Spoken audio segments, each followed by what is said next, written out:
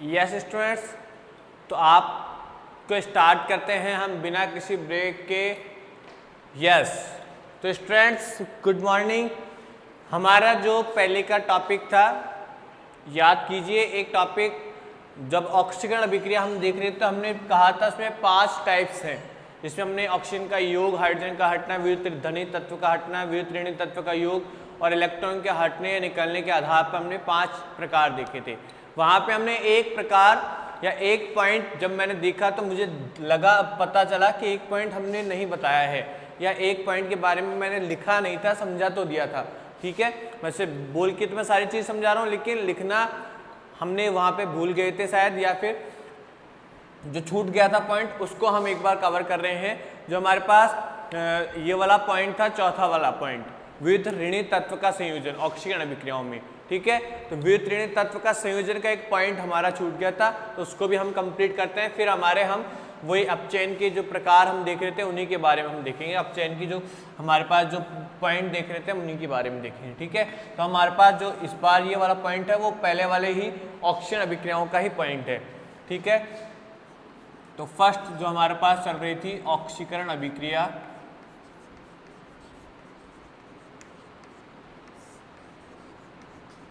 Oxidation reaction.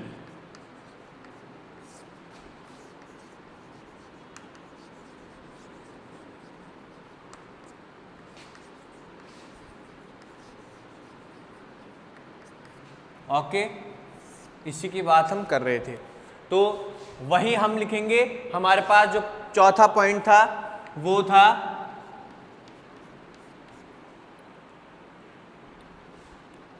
विद्युत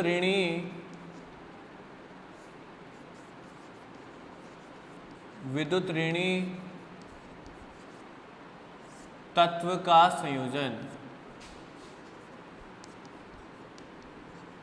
या विद्युत ऋणी तत्व का जुड़ना लिख सकते हैं हम। ठीक है, विद्युत ऋणी तत्व का जुड़ना, ये हमारे पास चौथा पॉइंट था जो हमारा छूट गया था, वो भी हम कंप्लीट कर रहे हैं। ठीक है, विद्युत ऋणी तत्व का जुड़ने की हम बात कर रहे हैं। इसमें हम वही लिखेंगे कि ऐसी रासायनिक अभिक्रिया जिसमें किसी तत्व या यौगिक से विद्युत ऋणी तत्व का जुड़ना होता है, क्या कहलाती है? ऑक्सीजन अभिक्रिया कहलाती है। किसी भी तत्व या यौगिक से विद्युत ऋणी तत्व का संयोजन होता है, जुड़ना होता है, कौन सी अभिक्रिया कहलाती है? हमारे पास ऑक्सीकरण अभिक्रिया कहलाती है। सिंपल सी परिभाषा है, कोई हमें उतार चढ़ाव नहीं करना है, हमें जोड़ते समय तत्व और यौगिक का उपयोग यहाँ पे करना होता है। ठीक है, तो लिखिए फिर परिभाषा। ओके, ऐसी रासायनिक अभिक्रिया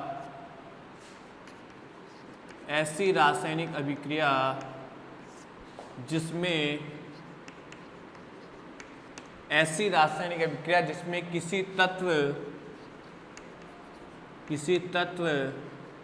या यौगिक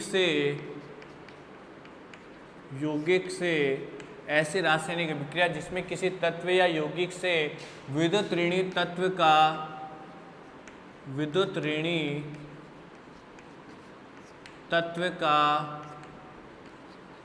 का जुड़ना या संयोजन होता है, जुड़ना या फिर हम कह सकते हैं या संयोजन होता है,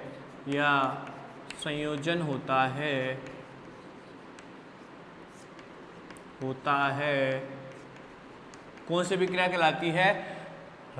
ऑक्सीकरण अभिक्रिया कहलाती है। ऑक्सीकरण अभिक्रिया कहलाती है, ऑक्सीजन अभिक्रिया कहलाती है। क्लियर है स्टूडेंट्स? तो ऐसी रासायनिक अभिक्रिया जिसमें किसी तत्व या यौगिक से विद्युत ऋणी तत्व का जुड़ना होगा, ऑक्सीकरण अभिक्रिया हमारी यहाँ पे कहलाने वाली है। ओके, तो अब हम इसके एग्जाम्पल्स की बात कर लेते हैं कि इसके उदाहरण क्या है। उदाहरण एग्जाम्पल्स में हमें हमेशा आपको पता होना चाहिए, हम क्या देते हैं? एक समीकरण देते हैं। हम क्या देते हैं? एक समीकरण देते हैं। तो यहाँ पे भी हम एक समीकरण देने वाले हैं, जैसे कि FeCl2 + Cl2। देखो Fe की +2b संयोजकता होती है, प्लस 3 भी संयोजकता होती है। तो इसमें देखो FeCl2 जब Cl2 से रिएक्शन करेगा तो हमारे पास बनेगा FeCl3 और FeCl3 में Fe की संयोजकता कितनी हो जाएगी, 3 हो जाएगी, जबकि FeCl2 में Fe की संयोजकता कितनी है, +2 है। तो देखो मैं वापस बता देता हूँ, Fe की जब +2 संयोजकता होती है Cl की -1, प्लस माइनस को हम डिनोट नहीं करते हैं तो हमारे पास हो जाता है FeCl2। ओके, क्योंकि Cl की तो -1 ही है तो 1 होने वाली है। ऐसे जब ये बना FeCl3 तो देखो Fe की +3 हो गई, Cl की -1 फिक्स है पहले से ये, तो ये यहाँ पे पहुंचा, ये यहाँ पे पहुंच गया, तो हमारे पास आ गया FeCl3। तो यहाँ पे FeCl2 का FeCl3 में ऑक्सीकरण हो रहा है। क्यों हो रहा है, क्योंकि यहाँ पे जो विद्युत ऋणी तत्व का क्या हो रहा है, इसमें जुड़ना हो रहा है। तो विद्युत ऋणी तत्व FeCl2 में जुड़ रहा है, जिसके कारण क्या बन रहा है, FeCl3 बन रहा है। क्लियर है चीजें। तो यहाँ पे हम सिंपल सी चीज ये लिख सकते हैं। ओके, क्लियर है स्टूडेंट्स। तो यहाँ पे हम लिखेंगे कि यहाँ इस अभिक्रिया में FeCl2 का FeCl3 में ऑक्सीकरण हो रहा है। इस अभिक्रिया में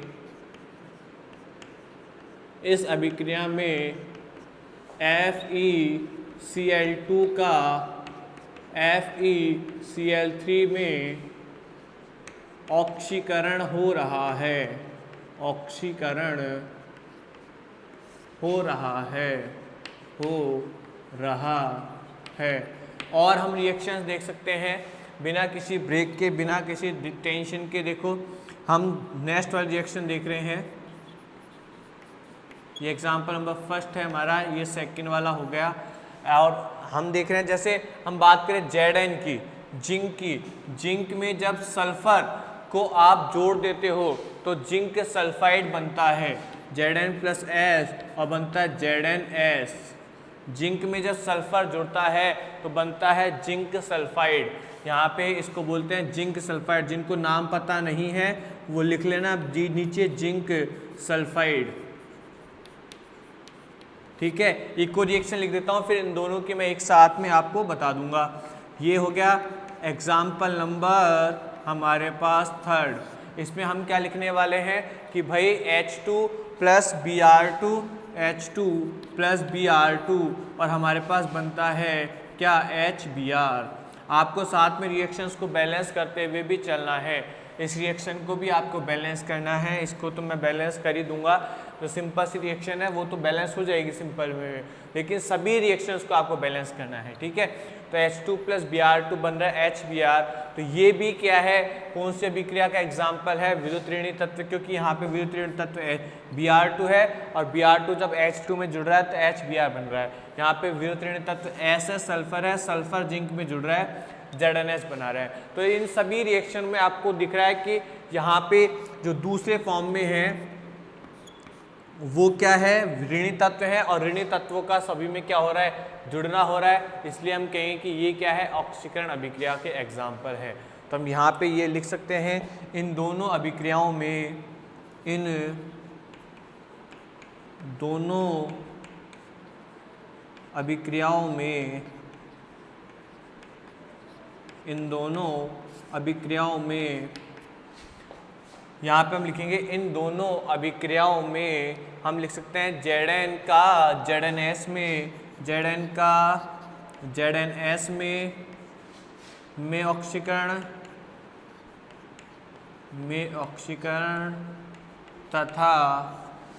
तथा किसका, H2 का HBr में, क्योंकि H2 से जुड़ रहा है इसलिए H2 का ऑक्सीकरण हो रहा है, Zn से जुड़ रहा है इसलिए Zn का ऑक्सीकरण हो रहा है, FeCl2 से जुड़ रहा है इसलिए FeCl2 का ऑक्सीकरण हो रहा है।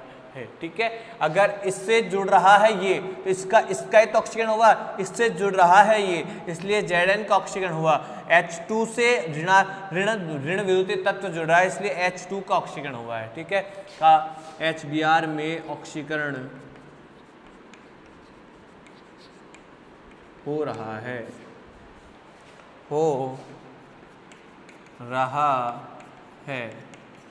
ठीक है स्टूडेंट, तो सिंपल सी चीज़ें हमने देखी है कि भाई इन अभिक्रियाओं में Zn का ZnS में H2 का HBr में FeCl2 का FeCl3 में ऑक्सीकरण हो रहा है, क्योंकि इन सभी से ऋण विद्युतीय तत्व जो हैं वो जुड़ रहे हैं, इसलिए इन सभी का क्या हो रहा है, ऑक्सीकरण हो रहा है। तो ये हमने चौथा पॉइंट जो हमारा रह गया था ऋण विद्युतीय तत्व का जुड़ने के आधार पर ऑक्सीकरण अभिक्रिया, वो भी कंप्लीट हो चुका है। तो स्टूडेंट्स इसे नोट कीजिए, सिंपल से रिएक्शंस मैंने लिखवाई है, सारे रिएक्शन को बैलेंस भी करना है, ठीक है, और इनको अच्छे से नोट भी करना है। ओके स्टूडेंट, तो नोट कीजिए इन्हें।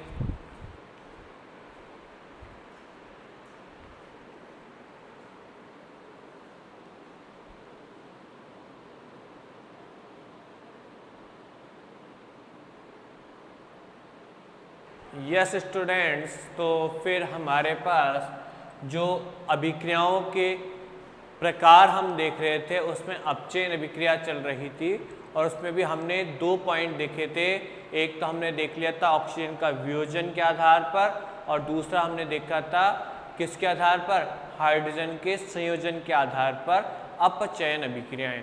अब हमारा जो तीसरा पॉइंट है वो है विद्युत धनी तत्व के संयोजन के आधार पर। जैसे हमने ऑक्सीजन में पढ़ा था विद्युत ऋणी तत्व के वियोजन के आधार पर, अब हम पढ़ रहे हैं विद्युत धनी तत्व के संयोजन के आधार पर अपचयन अभिक्रिया। वहाँ पे वियोजन के आधार पर ऑक्सीकरण अभिक्रिया हमने पढ़ी थी। तो यहाँ पे हमने तीसरा पॉइंट लिखा है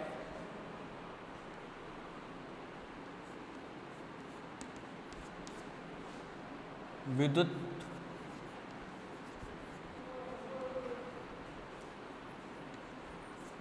धनी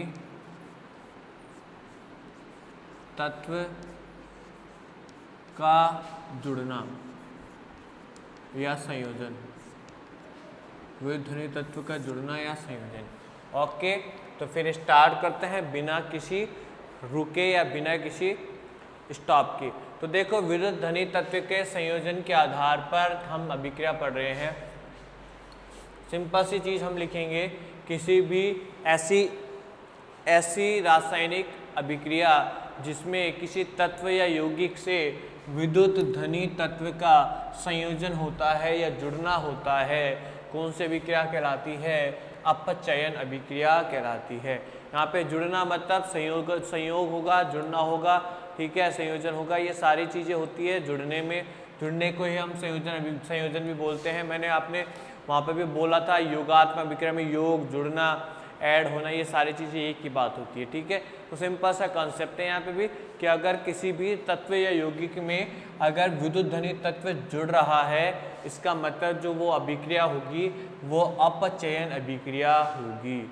ओके स्टूडेंट, तो हम एक बार इसको एक बार लिख भी देते हैं। क्या है हमारी अभिक्रिया, ऐसी रासायनिक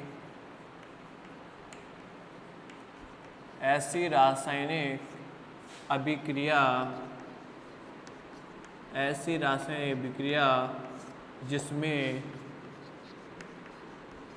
जिसमें किसी तत्व या यौगिक से, ऐसी रासायनिक अभिक्रिया जिसमें किसी तत्व या यौगिक से विद्युत धनी तत्व का जुड़ना होता है, जुड़ना या संयोजन होता है अपचयन अभिक्रिया कहलाती है। अपचयन अभिक्रिया कहलाती है। क्या कहलाती है? ओके स्टूडेंट, तो अपचयन अभिक्रिया ऐसी रासायनिक अभिक्रिया जिसमें किसी तत्व या यौगिक से ऑक्सीजन का जुड़ना होगा, ऑक्सीजन मेल खाएगा, जुड़ेगा, तो ऐसी रासायनिक अभिक्रिया को हम विद्युत धनी तत्व के संयोजन के आधार पर हम कहेंगे कि अपचयन अभिक्रिया होगी। ठीक है स्टूडेंट, सिंपल सी चीज़ें, इसमें ज़्यादा कॉम्प्लेक्स कुछ भी नहीं है जो हमें दिमाग में खटके। ठीक है, एग्जाम्पल्स की हम बात करते हैं। ओके स्टूडेंट्स, तो एग्जाम्पल्स में हम अभिक्रियाएं देते हैं, तो हम अभिक्रियाएं दे रहे हैं। पहली, जैसे मैं बात करूँ Cl2 Cl2 हमसे बनता है हमारे पास Cl2 में अगर Zn जुड़ जाए, जिंक जुड़ जाए, तो हमारे पास बनता है ZnCl2, क्योंकि जिंक की जो संयोजकता होती है वो +2 होती है और Cl की -1 होती है। प्लस माइनस हम लगाते नहीं हैं, तो 2 और 1 ZnCl2, इसलिए यहाँ पे ZnCl2 आया। कई बच्चों के दिमाग में होता है कि ZnCl भी तो आ सकता था सर, ZnCl3 भी तो आ सकता था सर, तो हमने ZnCl2 ही क्यों लिखा, क्योंकि यहाँ पे इस तरह से होता है। ओके, तो यहाँ पे अब देखो हमें बताना है कि विद्युत ध्वनि तत्व ये है कि ये है, ये विद्युत ऋण जब भी मैंने पहले बताया था, फिर कल बाहर आई आंटी, इन सब पे क्या होता है, माइनस चार्ज होता है, तो मतलब ऋणी तत्व है ये, तो ये भी ऋणी तत्व है। लेकिन जिंक जो है वो प्लस बना रहा है, देखो प्लस बना रहा था यहाँ पे, तो इसका मतलब जिंक क्या है, विद्युत धनी तत्व है। तो धनी तत्व का योग हो रहा है, देखो किसी तत्व धनी तत्व विद्युत धनी तत्व का योग हो रहा है, मतलब विद्युत धनी मतलब जिंक का योग हो रहा है, किस में योग हो रहा है, Cl2 में। तो किस में हो रहा है, Cl2 में, मतलब Cl2 से ZnCl2 बन रहा है। भाई Cl2 से ZnCl2 बन रहा है, भाई Cl2 में विद्युत धनी तत्व का योग हो रहा है, इसलिए Cl2 का अपचयन हो रहा है।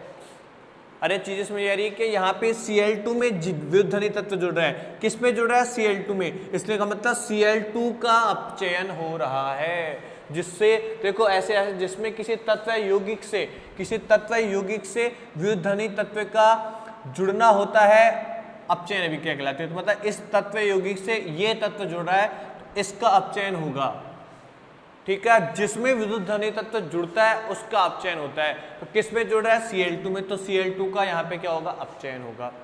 क्लियर है। तो यहाँ पे लिखेंगे इस अभिक्रिया में Cl2 से जिंक Zn जिसे हम लिखते हैं जुड़ रहा है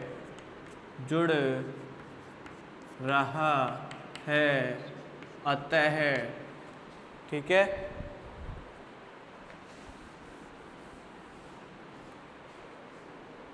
अतः Cl2 का ZnCl2 में क्या हो रहा है, अपचयन हो रहा है, अपचयन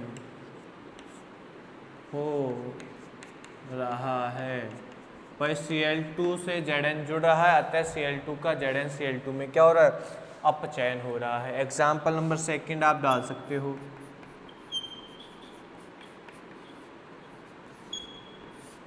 जैसे हम बात करें इसी के एक एग्जाम्पल है Cl2 + Mg, तो हमारे पास बनता है MgCl2, ठीक है। तो यहाँ पे भी Mg की 2 संयोजकताएं होती है, इसलिए MgCl2 बनाता है। देखो एक बार मैं ये भी चीज़ बता देता हूँ, Mg + 2 Cl - 1, तो ये 2 इधर, ये 1 इधर, तो हमारे पास बनता है MgCl2, ठीक है। तो देखो ये भी बन रहा है हमारे पास MgCl2, इसमें भी यही हो रहा है। Cl2 से Mg जो है वो विद्युत ऋणी धनी तत्व है क्योंकि जुड़ रहा है, इसलिए हम कह सकते हैं Cl2 का MgCl2 में ऑक्सीकरण हो क्या, अपचयन हो रहा है। तो ये चीज़ हम लिख देते हैं। इस अभिक्रिया में डायरेक्ट मैं लिख रहा हूँ, इस अभिक्रिया में Cl2 का MgCl2 में क्या हो रहा है, अपचयन हो रहा है, अपचयन हो रहा है। इस अभिक्रिया में Cl2 का MgCl2 में अपचयन हो रहा है। तो ये हमारे पास हमने देख ली अपचयन, और जो कि थी विद्युत धनी तत्व के संयोजन के आधार पर अपचयन अभिक्रिया। ऐसी रासायनिक अभिक्रिया जिसमें किसी तत्व यौगिक से विद्युत धनी तत्व का जुड़ना होता है, अपचयन अभिक्रिया कहलाता है। इस तत्व से विद्युत धनी तत्व का जुड़ना होता है, इसमें अपचयन हो रहा है। तो हम लिख रहे हैं इस अभिक्रिया में ZnCl2 से जिंक का जुड़ना हो रहा है। तो आप डायरेक्ट ये भी लिख सकते थे, अतः Cl2 का ZnCl2 में क्या हो रहा है, अपचयन। Cl2 का ZnCl2 में क्या हो रहा है, अपचयन हो रहा है। SaCl2 प्लस Mg, MgCl2 बढ़ रहा है, तो हमने इसमें भी लिख दी। इस अभिक्रिया में Cl2 का MgCl2 में क्या हो रहा है, अपचयन हो रहा है, तो हमने ये डायरेक्ट ये भी लिख सकते थे। तो ये चीज़ें हमने सिंपल सी देखी अपचयन अभिक्रिया की। तीसरा पॉइंट हमने देख लिया विद्युत धनी तत्व के संयोजन के आधार पर अपचयन अभिक्रिया। ओके स्टूडेंट, तो ये सिंपल चीज़ हमने देख रहे हैं। अब हम नेक्स्ट पॉइंट की बात करेंगे जिसका नाम है इलेक्ट्रॉनों के संयोजन के आधार पर अपचयन अभिक्रिया, मतलब जुड़ना होता है जिसमें उसमें अपचयन अभिक्रिया होती है। तो आप एक बार इसे नोट कीजिए। इससे पहले हम एक और पॉइंट देखें, विद्युत ऋणी तत्व का भी हम देखना है अभी हमें पॉइंट, विद्युत ऋणी तत्व फिर इलेक्ट्रॉन पे आएंगे, ठीक है। तो एक बार इस पॉइंट को आप इन चीज़ों को नोट कीजिए, फिर हम आगे बात करते हैं। ओके स्टूडेंट्स,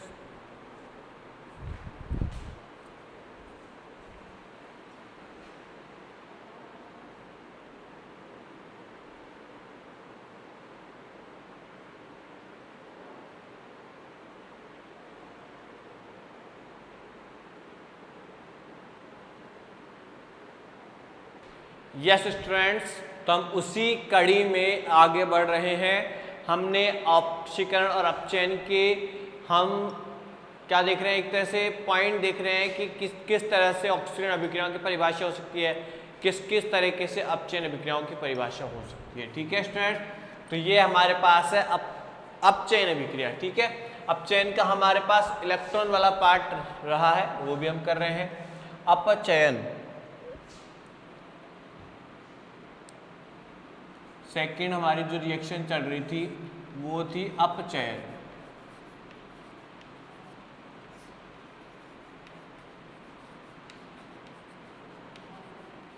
रिडक्शन रिएक्शन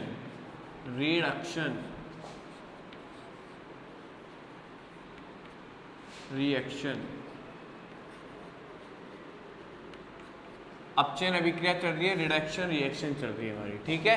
तो देखो हमने ऑक्सीजन अभिक्रिया में, अब ये हमारे पास ये पॉइंट है, हमारा पॉइंट जो चल रहा था वो आई थिंक कौन सा चल रहा था, 5 नंबर पॉइंट चल रहा था शायद इसमें, ठीक है। तो 5 नंबर पॉइंट है ये हमारा।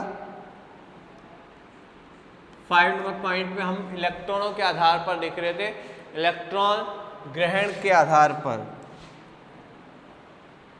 इलेक्ट्रॉन का जुड़ना,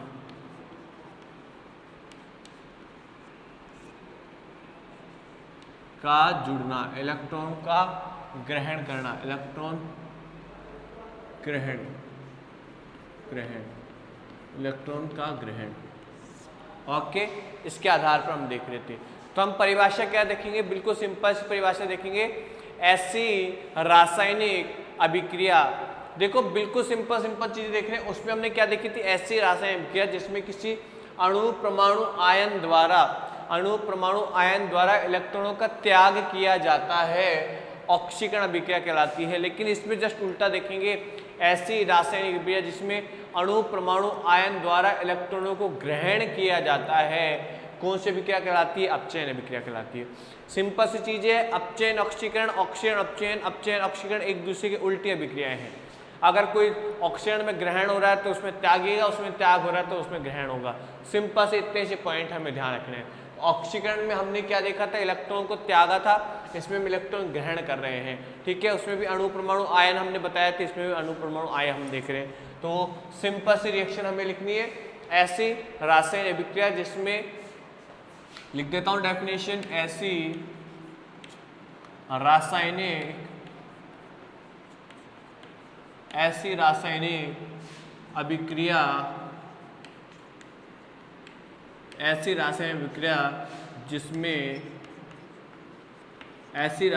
जिसमें अणु परमाणु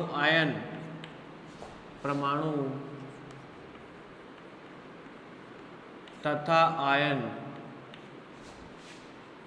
ऐसी रासायनिक अभिक्रिया जिसमें अणु परमाणु तथा आयनों द्वारा इलेक्ट्रॉनों को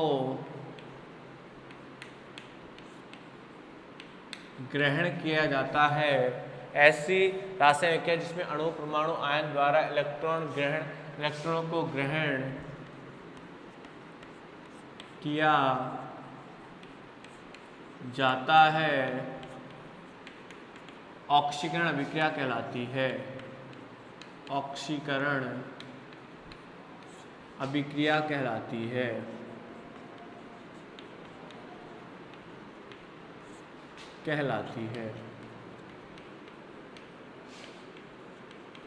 ओके स्टूडेंट्स, सिंपल चीज है। ऐसी रासायनिक जिसमें अणु, परमाणु, आयन द्वारा इलेक्ट्रॉनों को क्या किया जाता है, ग्रहण किया जाता है, क्या कहलाती है हमारे पास, अपचयन अभिक्रिया कहलाती है। ये हमारे पास हुई है इलेक्ट्रॉनों को ग्रहण करने के आधार पर अपचयन अभिक्रिया। ओके, तो हम इसके बाद में एग्जांपल्स देखते हैं। हर तरह की बात इस बार भी हम एग्जांपल्स देखने वाले हैं। ओके, एग्जाम्पल में हम ऐसे रिएक्शन लेंगे जिसमें इलेक्ट्रॉन क्या हो रहे होंगे, ग्रहण हो रहे होंगे। जैसे हम बात करें कि अगर मान लो हमारे पास Mg+2 है।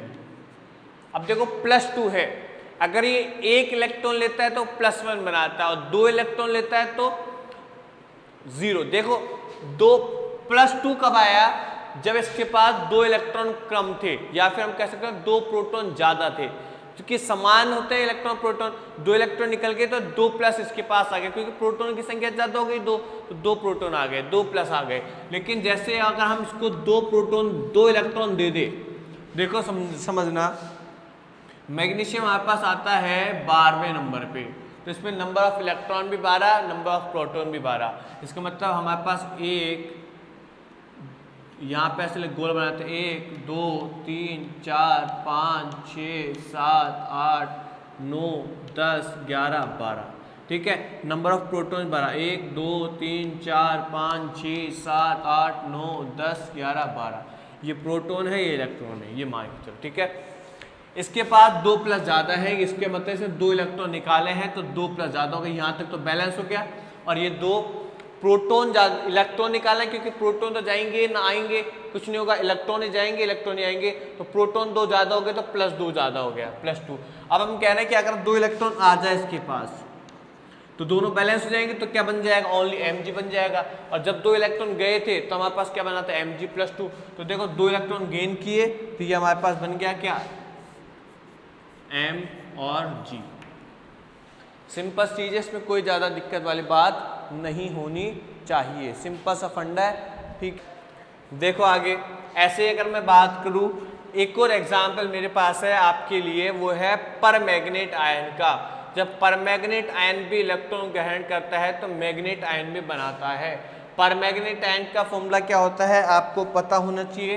परमैग्नेट आयन, इसको मैं एक बार एग्जांपल सेकंड लिख देता हूँ, यहाँ पे एग्जांपल फर्स्ट है, ठीक है। ये एग्जांपल दोनों की डिफाइन में एक साथ लिखूंगा, मतलब कैसे क्या बन रहे हैं। एग्जांपल नंबर सेकंड, तो परमैग्नेट आयन क्या होता है, MnO4 होता है परमैग्नेट, MnO4 -2 प्लस, अगर यहाँ पे मैं इलेक्ट्रॉन ग्रहण करता हूँ, परमैग्नेट आयन में -1 होता है और एक इलेक्ट्रॉन ग्रहण करते हैं तो मैग्नेट आयन ये बनाता है। परमैग्नेट आयन -1 होता है और ये इलेक्ट्रॉन ग्रहण करेगा तो मैग्नेट आयन बनाएगा MnO4 -2। क्लियर है स्टूडेंट। तो ये सिंपल चीज थी, 1 से -2 हो गया, क्योंकि जो परमैग्नेट आयन था उसने इलेक्ट्रॉन ग्रहण करके मैग्नेट आयन बना दिया, -1 से -2 बना दिया। तो आप यहाँ पे ये चीज लिख सकते हो कि ये परमैग्नेट आयन है, परमैग्नेट, मैं लिख देता हूँ आयन, और इसे बोलते हैं मैग्नेट आयन।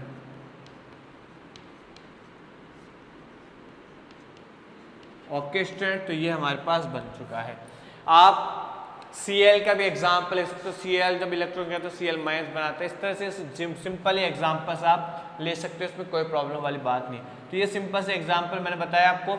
अब इसका एक्सप्लेनेशन लिखिए कि कैसे ये बने, तो हम लिख सकते हैं यहाँ पे जो अगर मैग्नीशियम की बात करें तो Mg जो धनायन है, यहाँ लिख सकते हैं हम कि यहाँ Mg मैग्नीशियम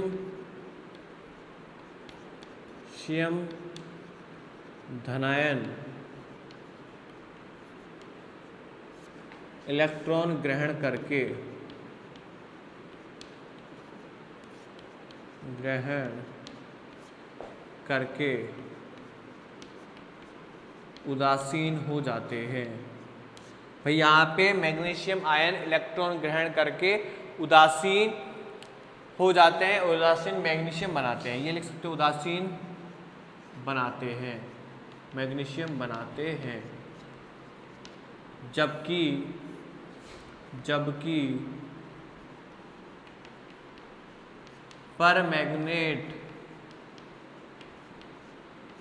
परमैग्नेट क्या है?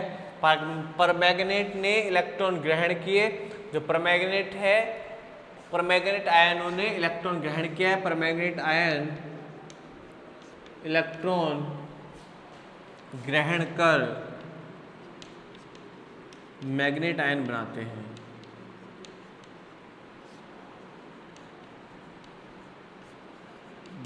हैं।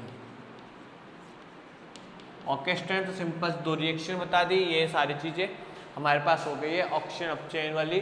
ठीक है, तो इलेक्ट्रॉनों के आधार पर भी हमारे पास ऑक्सीजन अपचयन अभिक्रिया हो गई है। तो ऑक्सीजन और अपचयन अभिक्रियाओं का खेल खत्म हो चुका है। अब हमें इन्हीं पे बेस एक और रिएक्शन है, रेडॉक्स रिएक्शन, रेडॉक्स अभिक्रिया, उसकी भी बात करनी है। रेडॉक्स अभिक्रिया क्या होती है? ऐसी रासायनिक अभिक्रिया जिसमें ऑक्सीजन अपचयन दोनों अभिक्रियाएं हो रही हो। ठीक है, तो इसकी बात करेंगे। एक बार आप इसे नोट कीजिए, फिर हम उसकी बात करते हैं। नोट कीजिए।